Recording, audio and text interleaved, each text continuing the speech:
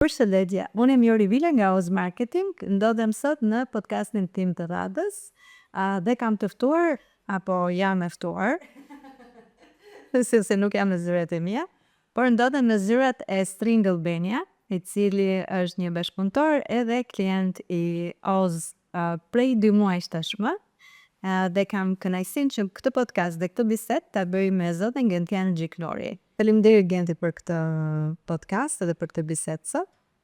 Të falenderoj unë, Jori, që je pjesë e këtij podcasti këtu te zyrat tonë.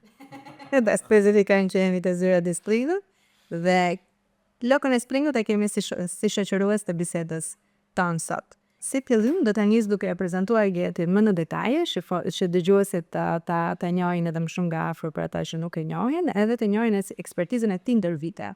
Gentian Gjiknori është një drejtues I njohur në fushën e teknologjisë dhe biznesit, jo vetëm në Shqipëri, por edhe në rajon, për shkak se bizneset e tij janë të shtrira edhe në rajon, në Kosovë dhe në Maqedoni, apo edhe më tej Genti? Edhe në Maltëzi. Edhe në Maltëzi, super.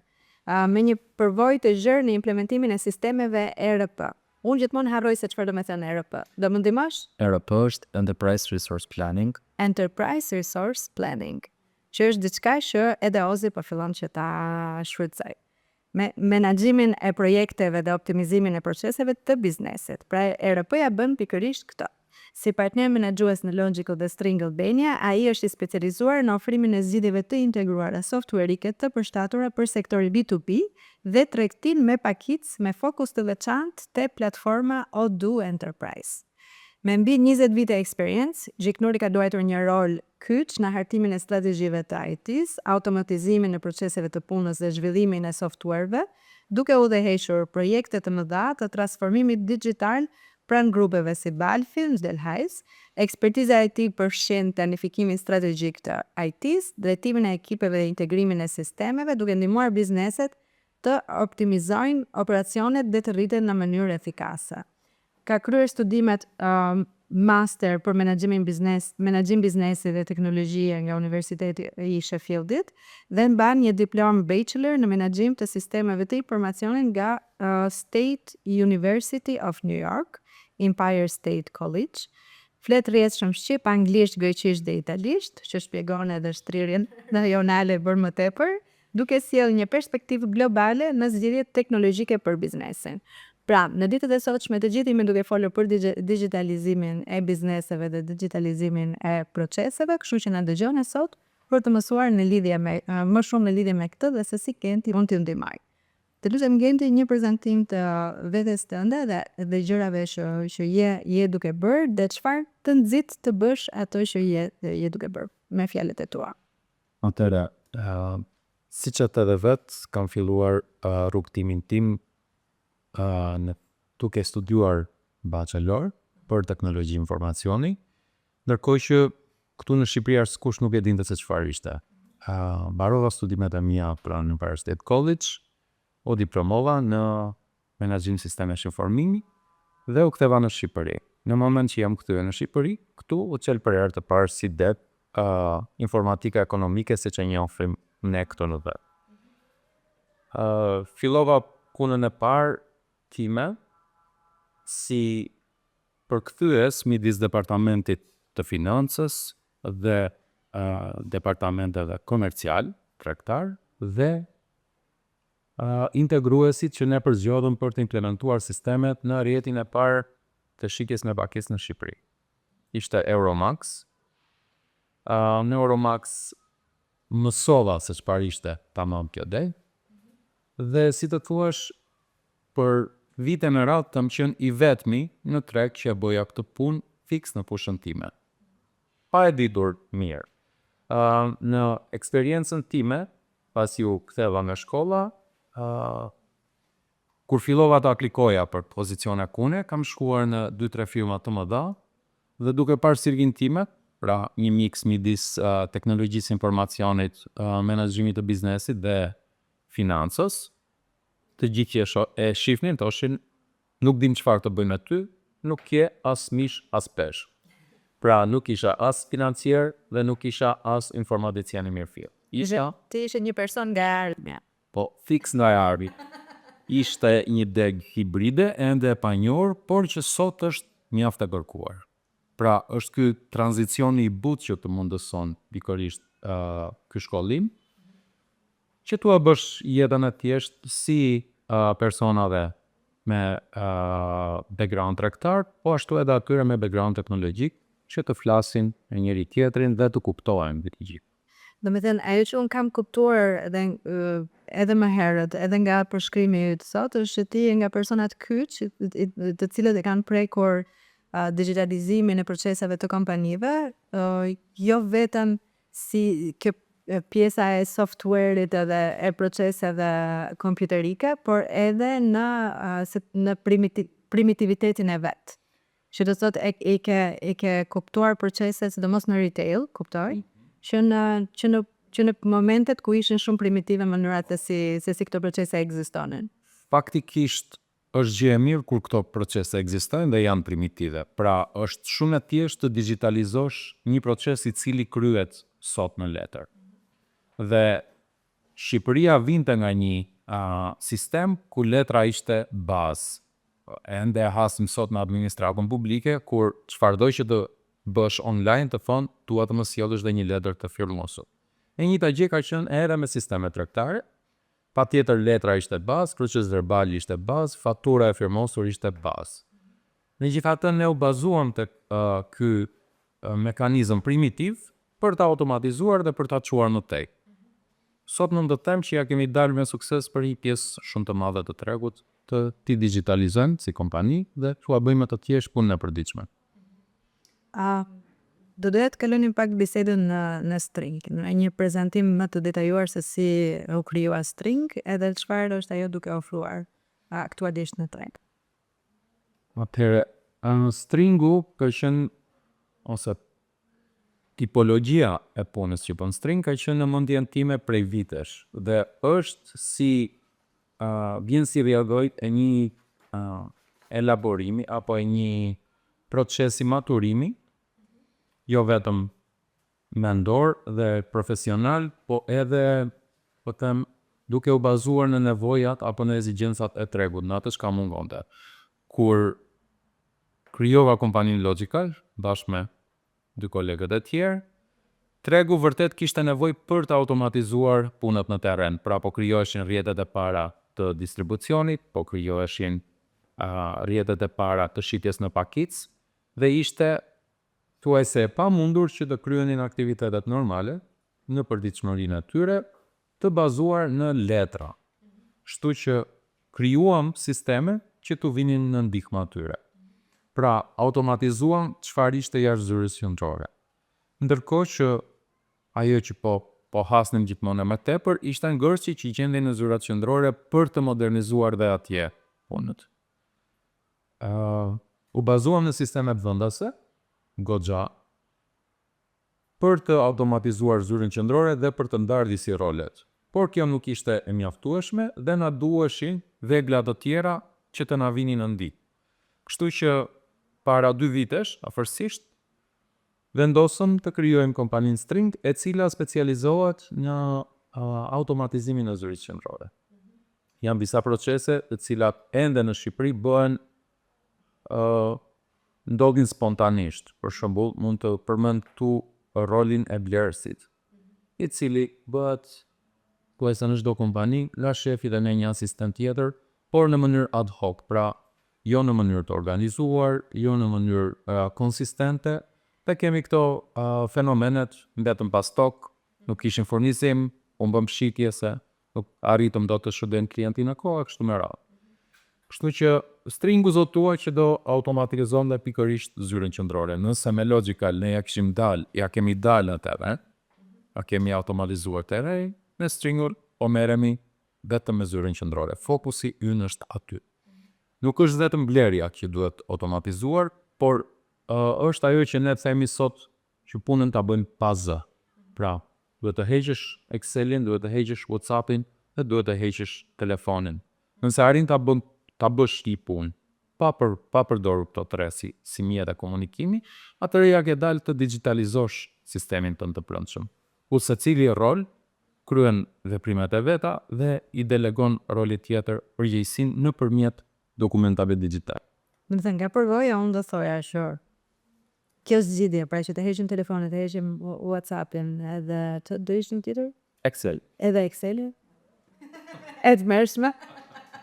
Këtu tani beta pak. Megjithëse ne jemi duke e hequr Excel-in, është mbi të gjitha nuk është thjesht facilitet, secila prej këtyre janë mjete faciliteti. Është mbi të gjitha për të kuptuar ku ndodhet zyra gjendrore, apo ku ndodhet menaxhimi në një moment të caktuar, në një kohë të caktuar, në kohë reale. Sepse çfarë ndodh kur jemi duke ndjekur gjërat me telefon apo me WhatsApp?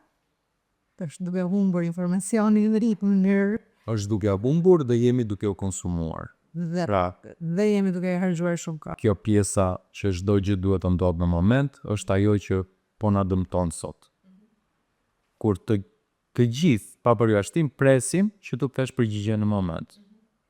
Që duhet të mbash mend kë ke pyetur dhe çfarë ke pyetur dhe çfarë të ka thënë. Këto s'kam pse të ndodhin në këtë mënyrë.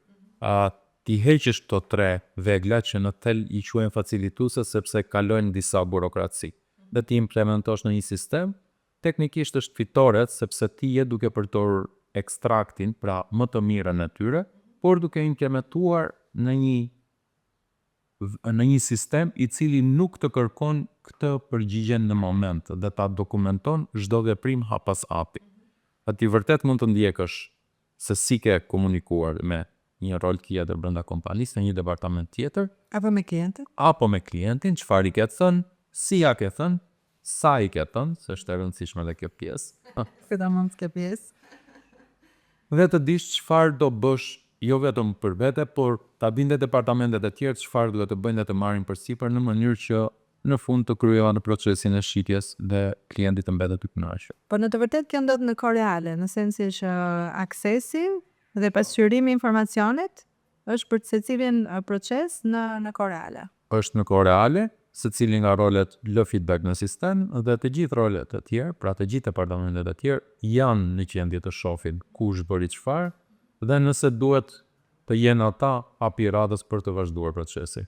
Pra kjo nuk të dëmton në shpejtësinë e punës, por të rrit konsistencën dhe të rrit saktësinë. Dhe gjithkohës në kontroll të informacionit. Je gjithkohës në kontroll, mund të kesh një tablet apo një telefon në dorë dhe nuk ka nevojë të pyesësh njerin nëse punët bëhen në këtë mënyrë, se ku jemi apo çfarë po bëjmë me X proces të caktuar apo si jemi duke ndjekur një çështje të klientit, të gjitha mund të shihen atje në kohë reale. Dhe nëse kemi ndryshime në, të themi, në stafi i radhës ka akses në informacion dhe mund të përditësohet në shpejtësi. Duke arritur të vendosësh në një kallop të caktuar përgjegjësitë e dikujt, atëherë ke më të thjeshtë që ti transmetosh to tek një antar i ri i stafit. I thua ke për të bërë 1, 2, 3 detyra, duhet të shohësh vetëm këto ekrane dhe të përgjigjesh për këto çështje në statuse specifike. Pra nuk ka nevojë ti mësosh çdo gjë, ti mësosh si të përgjigjet, po them, në WhatsApp, çfarë të thot në telefon në çdo rast kur ta pyesësh, etj. etj. Është ky që komandat e dhëna në mënyrë zanore interpretohen shumë kollaj kur ke vegla të tilla që të ndikojnë të strukturohesh. Pikërisht. Genti, si do ta përshkruaje Odun për njerëz të cilët nuk kanë njohuri teknike ose nuk kanë bazat e këtij digitalizimi që ishim duke folur deri tani? Atëherë, nëse është dikush që nuk është i përfshirë në biznes, në drejtimin e një biznesi, drejtoje është një shkop magjik. Dhe me të edhe klientët e Ozit përdor një shkopa magjike. Neve të gjithë së bashku bëjmë magji. Po është krahasimi i dur, mendoj jam. Po, por kërkon shumë punë që të arrish te ky momenti që le të bëhet atë kjo kështu.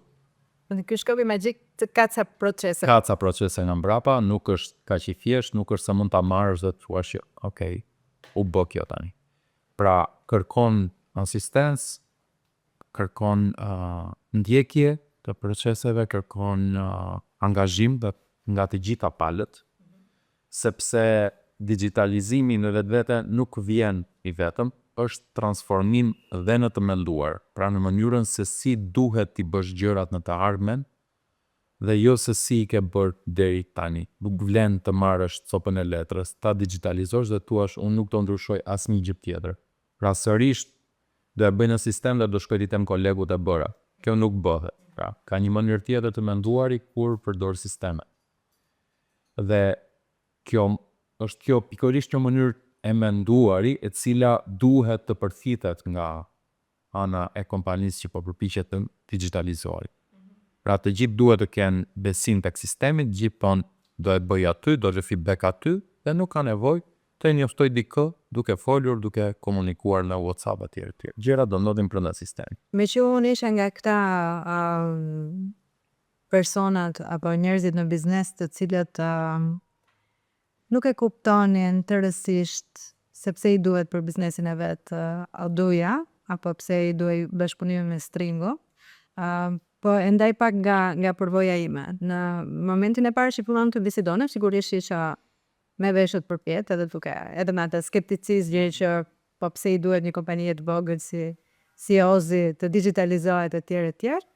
Por në bisedë sipër kur Genti filloi të fliste realisht për proceset dhe t'i njihte, do të më tregoi që i njihte proceset e biznesit tij, që ne patjetër kryesisht ofrojmë shërbime, por kemi edhe produkte, kemi materiale profesionale etj. Dhe ajo që më duk shumë qasje e veçante e Gentit në biznes ishte që më tregoi që i njihte proceset e biznesit tim dhe praktikisht nevojat e menaxhimit të një biznesi të tillë. Dhe gjatë kësaj bisede kuptova praktikisht sepse më duhej në biznes Oduja. Por mbi të gjitha ajo që kuptova ishte qasja e Gentit për të analizuar biznesin, për të kuptuar nevojat e biznesit, proceset në cilat biznesi ka sfida apo i marrin kohë, qoftë edhe bizneset të vogla, qoftë edhe bizneset që janë në shërbim. Dhe aty kuptova se duhej që të bashkëpunoja me String edhe të aplikonim Odu. Dhe jemi në fillimet tona. Pra kjo qasja që u filloni para çdo bashkëpunimi praktikisht kuptoni se llojin e biznesit. Po, çdo gjë nis me një intervistë. Intervistë ku ne themi duhet të marrin pjesë rolet kyça që ju si klient keni në kompani. Pra, duhet të ndani me ne mënyrën se si organizoni përditshmërinë tuaj. Ne shohim çfarë ka klienti të digitalizuar dhe ku ka nevojë për përmirësim. Shohim gjithashtu këto tërësinë e veglave që përdor në përditshmërinë e vet për të kryer punët. Pra, si e bëjmë ofertën, ku e hedhim, si komunikohet me stafin, si komunikohet me klientin për të marrë një sa do kjo vendimarrje, kush i bën follow-up-et, në moment që kemi një nga klienti potencial, atëre kuj duhet i themi që të ndjeki implementimin përkatësisht në rastin tuaj të këtyre shërbimeve që kjo intervista zgjat jo më pak se 2 orë.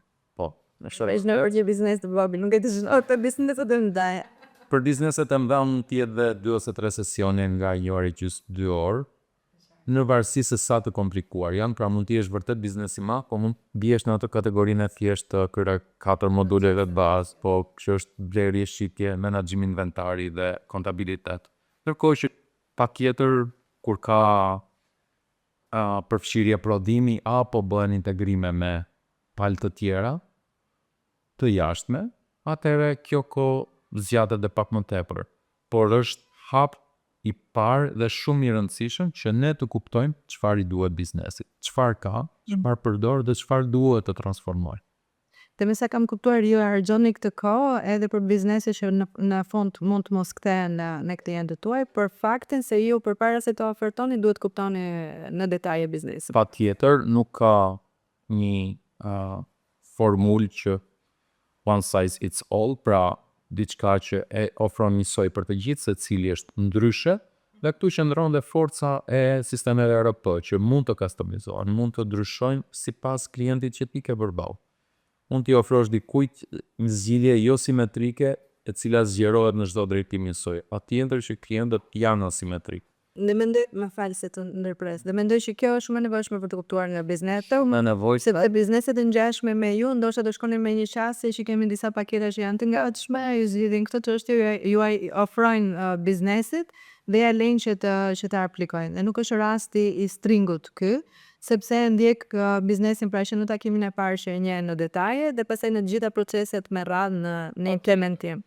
Për mua faktikisht është kënaqësi të bisedoj me klientë potenciali. Nuk e kam si pesdiktë si proces, madje e marr me qejf, mësoj shumë gjëra të reja prej tyre. I bërtit jam në gjendje të adaptoj dhe të përdor këtë dije edhe për projekte të tjera të ngjashme. Dhe mendoj se kjo është një nga ato pikat e forta që ne kemi, pra të kuptuarit mirë të proceseve të punës dhe ofrimi i zgjidhje specifike për klientin që ne kemi përballë. Pra jo i një pakete me shërbime X dhe kjo është dhe nuk ka gjë tjetër. ERP-ja nuk është kështu. ERP-ja është diçka shumë e personalizuar dhe shumë intime për klientin sepse i menaxhon procese të cilat jo gjithkujt mund t'ia thot aq kollaj. Pra ti futesh dhe bëhesh një me klientin në moment që vendos të implementosh ERP. Njeh çdo detaj të tij, se si organizon punën, si ka hallet me stafin shpeshherë, ka pika të forta të cilat për shembull nuk do t'i anashkaloj, ka pika të dota që të thot, ok, më ndihmo këtu që mos ta prekim këtë si proces, por Praktikisht bëheni si një konsulent operacional. Jemi konsulent operacional për klientin, jo vetëm gjatë fazës së implementimit, por edhe në atë që unë e quaj fazën e rafinimit. Pra pasi e ke vënë në punë sistemi, e ke nxjerr live, është duke punuar klienti, fillon një fazë e cila mund zgjasë nga 3 muaj deri në 1 vit po them, ku klienti vazhdimisht rafinon ato proceset e veta. Sigurisht, Praktikisht, kush bashkëpunon me Stringun është duke paguar për një platformë plus një konsulent. Plus një konsulent është duke paguar për një platformë. Ajo konsulenca shpeshherë vjen falas. E kuptoj. Është investim që ne e shikojmë që është në të mirë të gjitha palëve. Pra, ne duhet ta ndihmojmë vendin tonë të eci përpara, të zhvillohet, duhet të ndihmojmë bizneset të zhvillohen. Nëse ata janë mirë dhe janë të zhvilluar, patjetër që ka punë dhe për ne. U them nga eksperienca ime të paktën që asnjë plan në Shqipëri nuk është i vërtet pas 18 muajsh. Asnjë plan i cili ti e bën. Biznesi do ndryshoj, po them mbi 50% në këto 18 muaj. Kështu që këto projeksionet afatgjata që bëjnë 5 vjeçare, 10 vjeçare, thuajse nuk janë kurrë të vërteta. Që do të thotë, nëse në krye të 18 muajve ke shtuar procese të reja ose ke hequr nga ato aktualet, duhet të përshtatësh dhe platforma. Faleminderit që e ka qenë vërtet sa që. Kjo është një arsye pse edhe pse ne nuk bashkëpunojmë. Kjo është arsye kryesore pse bashkëpunojmë bashkë. Do të thënë, je vërtet shumë i vërtet, e ke një përvojë të jashtëzakonshme në treg edhe në njohjen e biznesit shqiptar. Edhe është privilegj jo vetëm ky podcasti, po edhe bashkëpunimi me ty. Sa herë që jam në një bisedë me ty, jam duke mësuar. Të falenderoj që më bëre pjesë të këtij podcasti dhe që më lejove të ndaj dhe unë eksperiencën time me ju. Nuk kemi në fund të, po se duket si fondi. Vazhdo me pyetjen e radhës. Vazhdon. Ishte me vërtet shumë impresionuese ajo që ndave. Cilat janë sfidat më të zakonshme që has në tregun shqiptar apo në tregun rajonal? Dhe çfarë diferencesh mund të ketë Shqipëria nga rajoni? Atëherë, po nis në Shqipëria të cilën e njoh shumë mirë. Deri tani, të gjitha ato bizneset që kanë një nivel të caktuar digitalizimi, zakonisht e kanë në formatin e një sistemi financiar. Ku nëse ke dhe një masi modeste, po them, punët bëhen në sekretar. Pra, çdo rol në kompani shkon dhe i thot financierit bëra këtë, bëra atë, dhe financierin e ke një data entry të mbipaguar. Pra nuk je duke i marrë maksimumin një roli i cili mund të ishte më tepër konsulent dhe auditus se sa operacional. Pra kjo është handikapi më i madh i bizneseve sot për sot në Shqipëri, ku punët bëhen me sekretar. magazinieri nuk jep feedback në sistem, sepse ai nuk di, pretendojnë shumica e bizneseve. Kështu që, dikush në departamenti financës hedh dokumentat për të. Pra, ke marrë një sekretar për magazinieri. Ka raste që e njëjta gjë bëhet për departamentin e shitjeve, ata nuk din të hedhin fakturë. Ata nuk din të bëjnë dokumenta. Po ashtu bëhet për blerjet. Dhe në këtë moment, ky është handikapi më i madh. Kur shkon dhe i thua që secili nga këta role duhet të japi vetë feedback në sistem, fillojnë të shopohen të gjithë dhe thonë nuk ka mundësi që të bëhet kjo punë kështu. Dhe këtu fillon dhe ajo sfida e madhe për të transformuar fillimisht konceptin mbi punën e përditshme dhe si do të kryhet kjo punë. Pastaj janë optimizimi i proceseve të punës, rafinimi i tyre. Kjo është ka ato sfidat që ne kemi si vetë, mendoj që diçka e ngjashme është dhe në rajon. Pra, vim pak a shumë nga njëjti sistem, një komunizëm i zgjatur dhe i teksuar, nuk është se ka pasur ndërmarrje të mëdha të digitalizuara private, vitet e fundit janë pra këto 20 vjeçarin e fundit po them, qoftë në Kosovë, qoftë në Shqipëri apo dhe në Maqedoni, duke u nisur edhe nga feedbacku që ka nga këto vende. Dhe mendoj që të gjithë kemi pak a shumë të njëjtën sfidë si kompani në rajon. Po, me që jemi kompanitë e shërbimeve, çfarë përfitojnë nga O2-ja? Kush është arsyeja që kompanitë e shërbimeve duhet të aplikojnë O2? Njësoj si kompani tregtare, edhe kompanitë e shërbimeve kanë për të lëvruar disa gjëra. Në rastin e kompanive tregtare kemi të bëjmë me mall, pra duhet të marrësh një mall dhe ta çosh diku, ta dorëzosh diku. Ndërkohë, për pjesën e kompanive të shërbimit, kemi një shërbim i cili duhet të lëvrohet dhe ai në formatin e vet. Qoftë ky si kreativ apo si dokumentacioni i përgatitur nga një konsulent.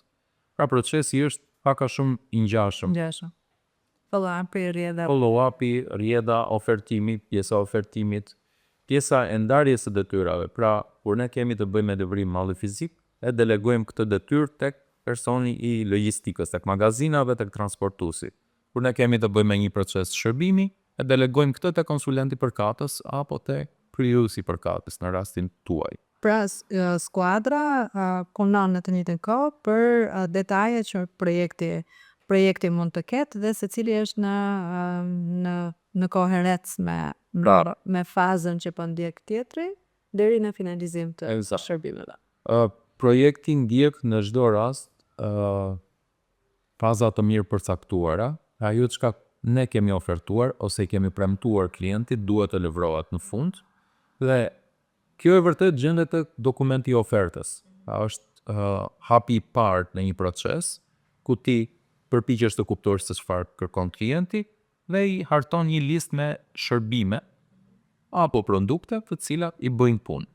Në moment që klienti të thotë po, atëherë fillon dhe lëvrohet kjo listë. Pra ky është dokumenti apo burimi të vërtetës që ne i quajmë. Dhe të gjithë departamentet duhet të punojnë për këtë dokument. Ai kthehet pastaj në një plan pune. Në cilat industri keni parë që O2-ja funksionon më së miri apo më mirë? Faktikisht kemi disa raste suksesi në industri të ndryshme. Kemi pjesën e industrisë turizmit mjekësor, dentar kryesisht. Jemi duke bashkëpunuar me 2-3 klinika goxha të mëdha në vend dhe i kemi mbyllur praktikisht, i kemi zhvilluar modulin e odontologjisë dhe kemi mbyllur të gjithë ndjekjen e proceseve të punës brenda klinikave të tyre nga A-ja tek Z-ja. Një zhvillim tjetër që ka marrë sektori i restoranteve dhe i fast foodeve, kryesisht lidhur me agregatorët e dërgesave të ushqimit, pra me Woltin, me Babunin, me Foodinin. Kemi implementime goxha të suksesshme në këtë sektor, kemi integrime të plota me këta operator, ku tregtari është në gjendje të bëjë push të gjithë menun e vet në format digital dhe për të gjithë kanalet digjitale ku ai bashkëpunon dhe po automatikisht të ndër porosit që ai merr nga këto kanale interpretohen në sistem dhe fillojnë të përgatiten nga stafi. Shumë interesante, do të thënë ato përdorin platforma të ndryshme për informacioni e të gjitha këtyre Agregohet në odu pigjitje. dhe nuk është se ju duhet një raport apo një situatë kësaj platforme, pastaj kësaj tjetrës më vetë, kësaj tjetrës më vetë. Pra mund të them, nëse je një biznes që ke shumë artikuj në menun tënde, ti është krijimi këtyre menuve apo mirëmbajtja e këtyre menuve në kanale të ndryshme digjitale, po përmend këtu agregatorët ushqimor, po përmend website-et dhe kioskat që përdoren për të vendosur porosi nga vetë klienti, po kërkonte një angazhim goxha të madh dhe një kujdes të madh në mënyrë që të kishe, duke menaxhuar manualisht këtë gjë, informacion konsistent në të gjitha kanale. Në moment që vendos të integrosh odun si pjesë të biznesit të, këtë rol e merr përsipër oduja dhe i dërgon automatikisht të informacione në të gjitha kanalet. Pra një biznes me shumë kanale shitje, arriti Ti menaxhoj të gjitha lehtësisht, pa punë manuale. Ajo që është më tepër sfiduese se sa pjesa e parë pra dërgimi i informacionit është marrja e porosive të klientëve dhe hedhja e tyre manualisht në rastet kur ndodh diçka e tillë. Unë njoh shumicën e bizneseve dhe këtë gjë nuk e kanë të integruar. Pra klienti ynë më i madh sot përpunon diku te 1000-1200 porosi në ditë në mënyrë automatike dhe këto janë food delivery të gjitha. I dyti më i miri në treg, i cili nuk punon me ne, është 500-600 porosi në ditë dhe besoj në periudhë fluksi duhet ta ketë goxha të vështirë që t'i hedhë manualisht. Dy industri të tjera, të cilat ne kemi në fokus të periudhë janë industria e distribucionit dhe industria e prodhimit. Jemi duke mbyllur disa projekte të suksesshme në distribucion, kohët e implementimit janë goxha të shpejta për shkak edhe të mënyrës se si këto kompani kryejnë biznes. Kemi arritur që të dalim live brenda 2 javëve në raste të caktuara, që është për Europë është goxha sukses. Dhe industria tjetër janë kompanitë e prodhimit, siç e thash. Po automatizojmë në drejtime të ndryshme apo në sektor të ndryshëm. Kemi mobileri, kemi fabrika për punim metali, kemi fabrika që prodhojnë aksesor shtëpie dhe kemi dhe një sektor tjetër që është parfumeria dhe kozmetika. Jemi duke u fokusuar dhe atje me disa zgjidhje vertikale për ta. Pavarësisht se duken kështu si të thjesht, kanë dhe ata specifikat e tyre. Çfarë do të zgjidhje vertikale?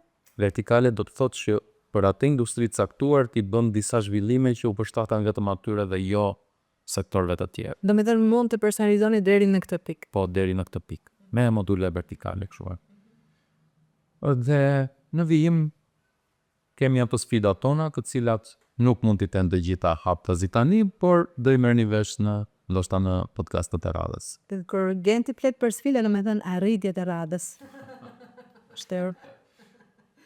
Atëherë vazhdojmë me pyetjen e radhës. Cilat janë disa funksionalitete të odunga string që shpesh në vlerësohen, por që bëjnë diferencën? Atëherë, mund të rendis disa module këtu, të cilat një pjesë e klientëve potencial fillimisht tonë që jo nuk na dua, por më pas me se kthehen në një vlerë të shtuar. Kemi modulin e parë është moduli CRM-s, pra kush punon në parashikje dhe nuk e ka punë në moment, siç e ka shikja me pakic, i duhet patjetër moduli CRM-s. Moduli i dytë është të shpjegosh pak më shumë? Po, patjetër, CRM-ja është një hing parashitje, pra një hing e madhe ku ti hedh të gjitha oportunitetet apo lidet që merr si skuadër shikje dhe fillon i proceson duke i rafinuar ato, pra duke i kaluar në stadet ndryshme. Rrugës ashtu si dhe ginka një pjesë e këtyre oportuniteteve humbasin dhe një pjesë kualifikohen për stadet më tejshme deri në momentin që ke një po, prandaj quhet parashitje.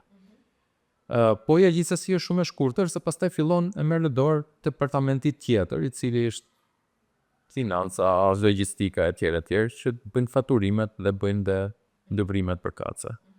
Kështu që CRM-ja është një nga ato module që unë mendoj që duhet i jepet goxha më tepër fokus në Shqipëri dhe të gjithë që punojnë në parashitje e kanë të nevojshme. Thjesht duhet t'i japin një shans. Moduli tjetër është moduli e-commerce. Odoja e thjeshtëzon maksimalisht si proces, nuk duhet të ndërtosh një website, është gati, është i ndërtuar. Mjafton të popullosh kartelin e produktit me një foto dhe një përshkrim të shkurtër dhe je gati për të krijuar website-in tënd. Pra do të informacion dhe pastaj aplikon. Informacion të cilin bizneset e kanë.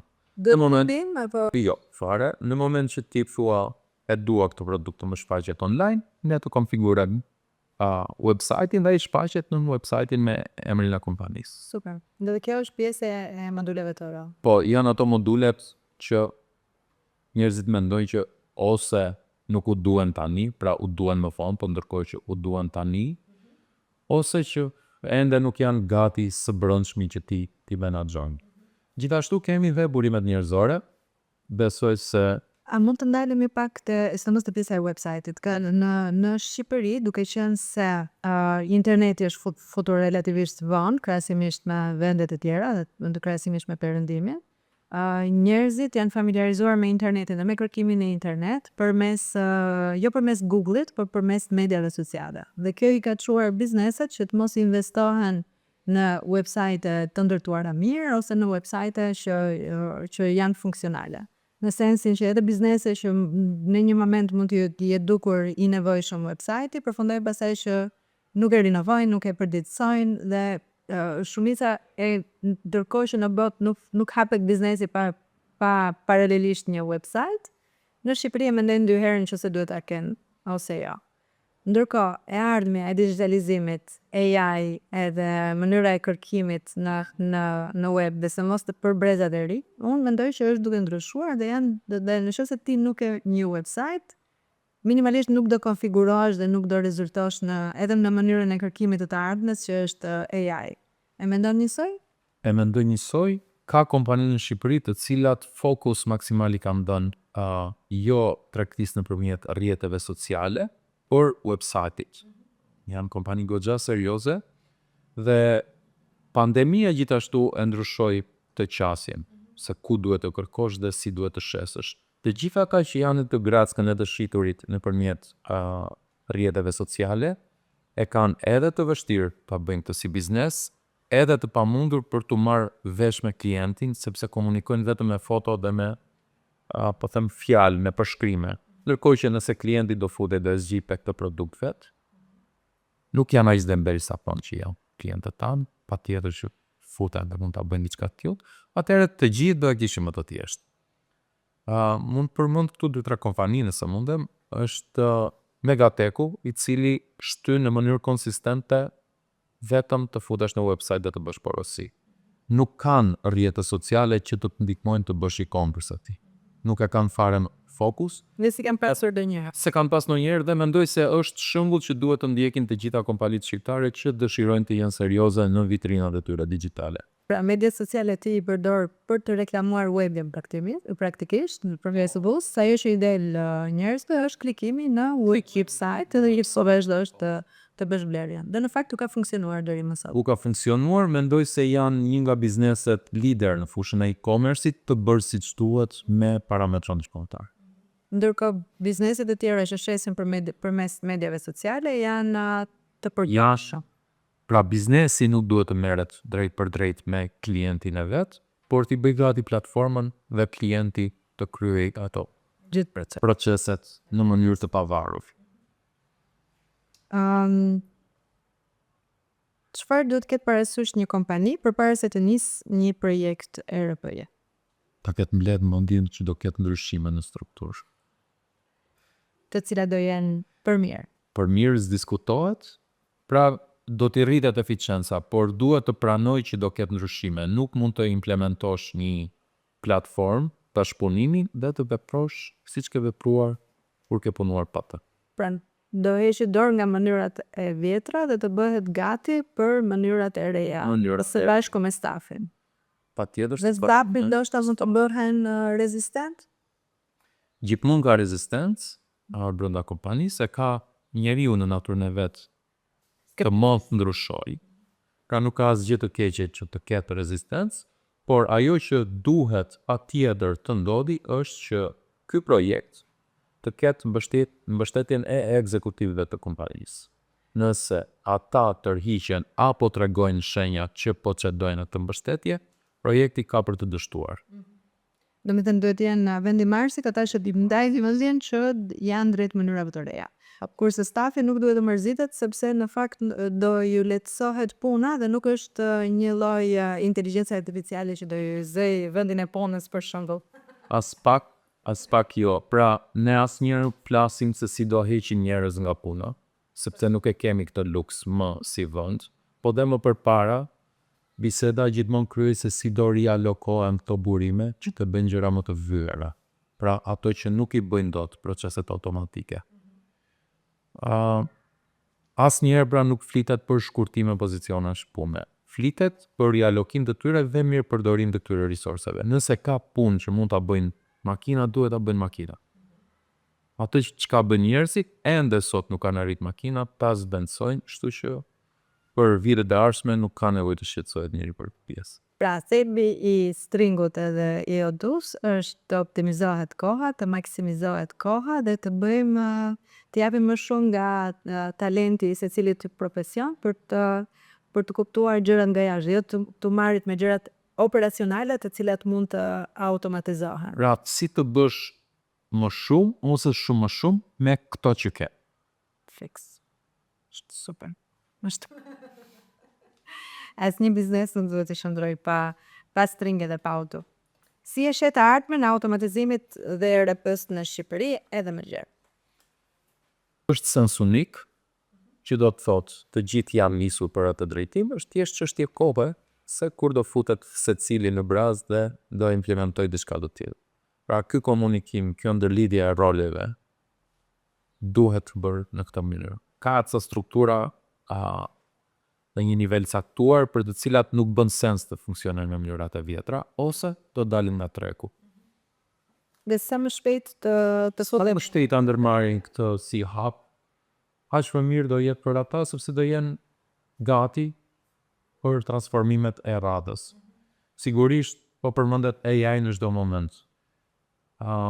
Edhe Odoo e ka të përfshirë AI-n, po jo në atë mënyrën që njerëzit e perceptojnë. Tu nuk është armiku.